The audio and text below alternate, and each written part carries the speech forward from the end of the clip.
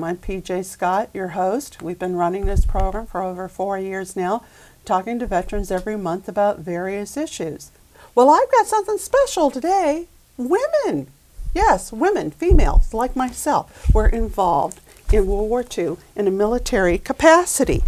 We're going to start off with Navy Waves. I can't think why. Yes, I'm a Navy Waves. When I joined in 1971, we were still called Waves. But before I got out in 79, they did away with that term. Now, Florence? I'm Florence, yes. Where were you and what was your family life on December 7th, 1941? Well, I lived in New Jersey, and I was 17, I guess, about at that time.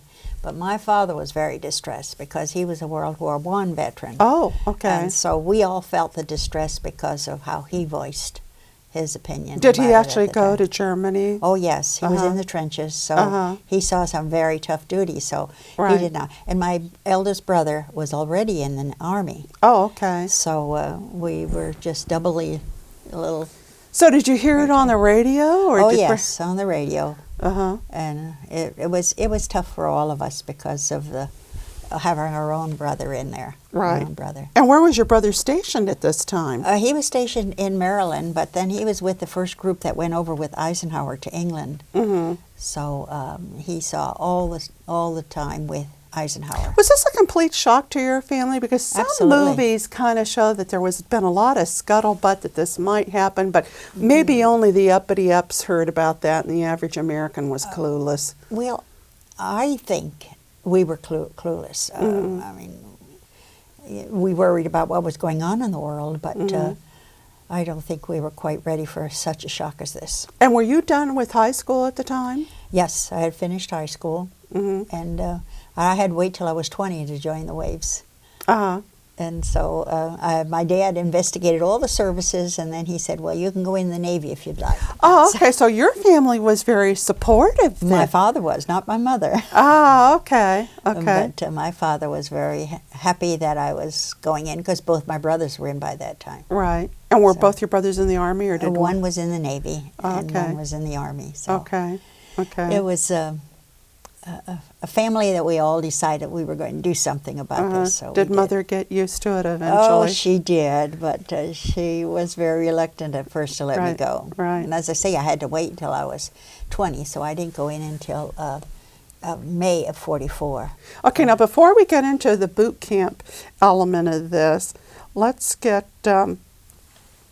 Adele. Yes. Where were you on December 7th, 41, and what was going on with your family and your reaction to Pearl Harbor being bombed? Well, I was only 18, and we were all at home when we heard word of that, and naturally, we were all upset. But we had no members of our family in the service at that time, and like Florence, my dad, I told my parents I'd like to go into, but I was only. Then that was a couple of years later at 20. And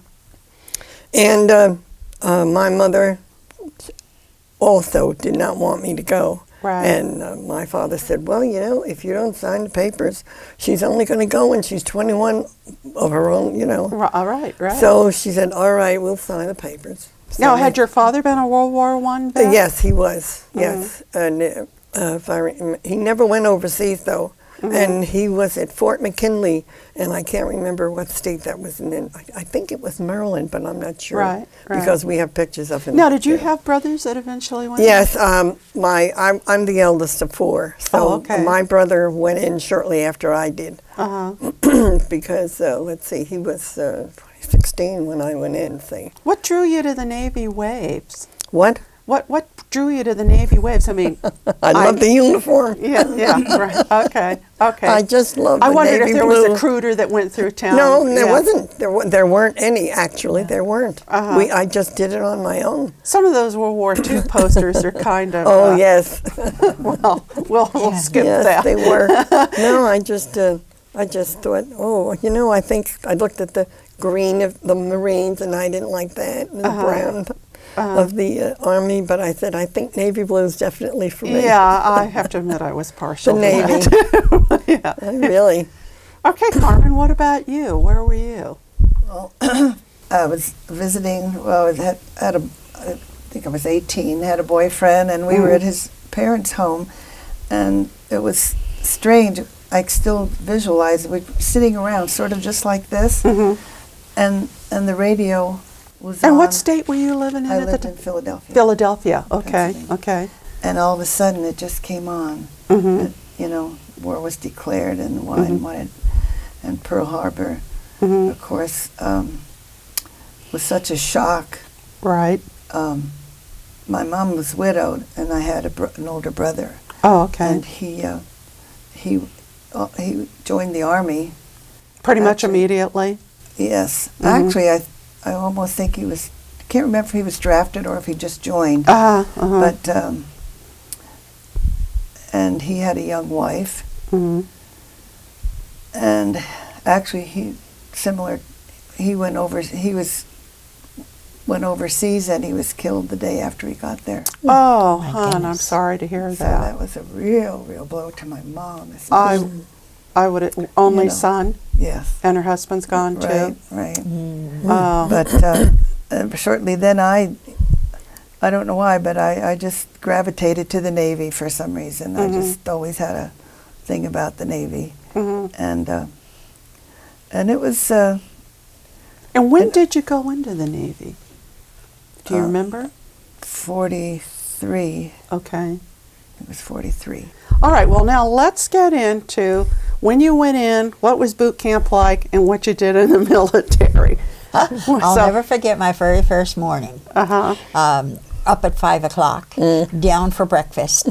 And I remember taking my metal tray and going along, and that sailor kept putting stuff on my tray. And then they told you only had so many minutes to eat, and you had to finish everything you took. And I'm sitting there absolutely petrified. The sun's coming up through the window, and one of the older girls said to me, "Don't worry, kid, it gets better." Yeah, I remember thinking, eating this early in the morning, you must be joking. But where did you go to boot camp? I was at Hunter College, yes, Okay. at boot camp. And for the audience who doesn't know where Hunter College is. Oh, in New York, Bronx, New York.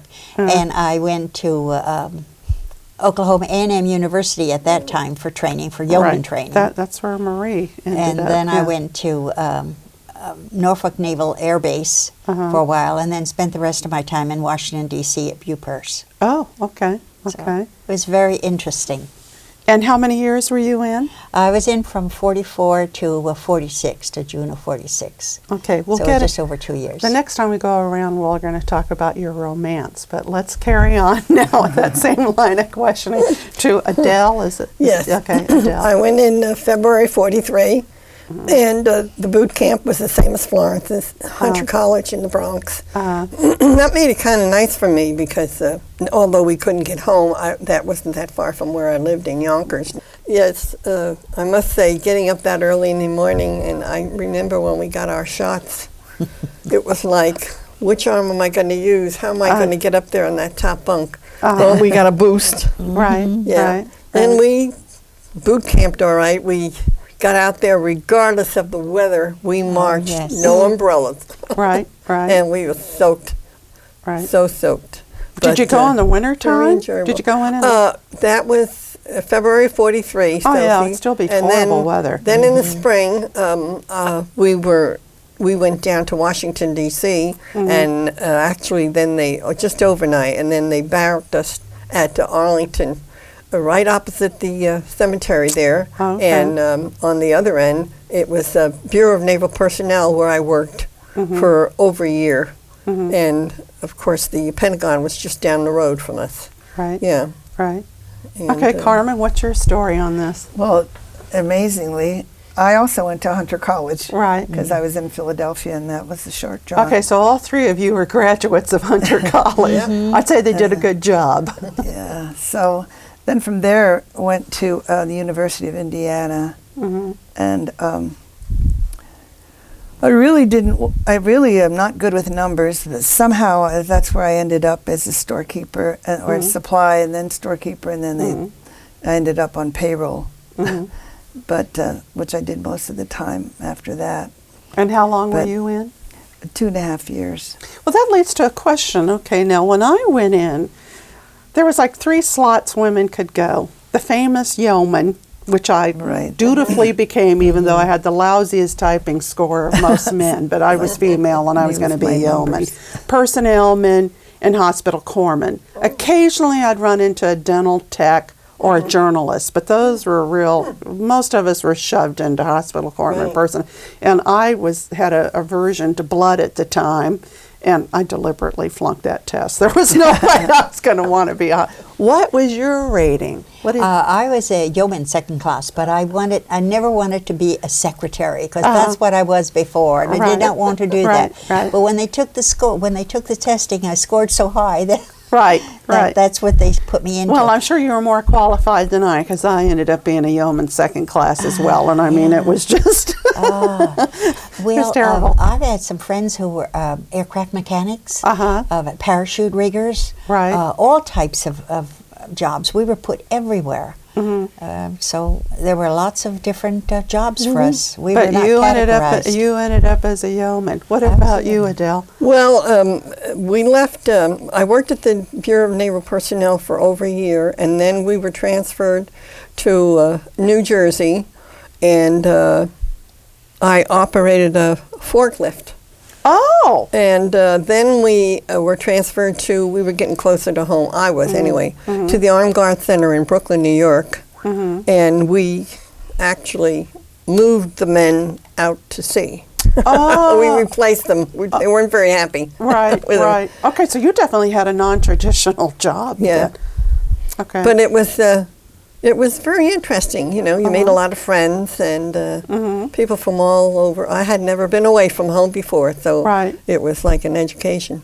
Well, had you been away from home? No, not at all. No, neither had I. I hadn't either at 18. Other Where than would going I? to camp as, a little Yeah. kid or something. Right, right, right. Well, ladies, my goodness, we're about at the end of our time. But before we go, real quickly, did you meet a nice sailor while you were in the Navy? No, I had a home-time sweetheart, Oh, and I okay. went home and married him. Oh, okay. So he waited for you, huh?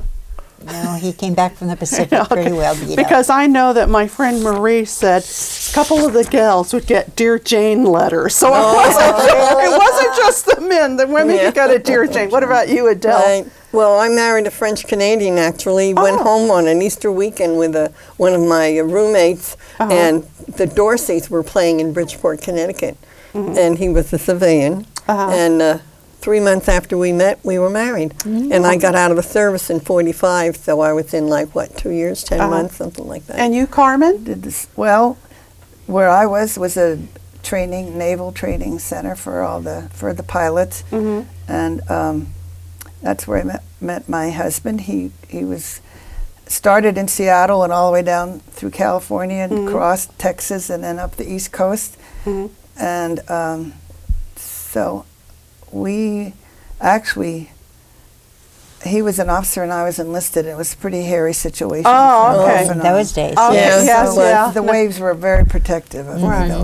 right. And so he was actually transferred out to Groton, Connecticut, and I stayed. And then he was heading for overseas, and we decided to not wait. We got married within 6 months Okay. when we met. Okay, well, ladies, And it we was were married 61 years. Wow! Congratulations, Yes, that's 61. wonderful. That's wonderful. Well, ladies, it was wonderful having you on, and God bless you, and thank you for your service to our country during a really huge time of trouble. God bless you all. Thank you.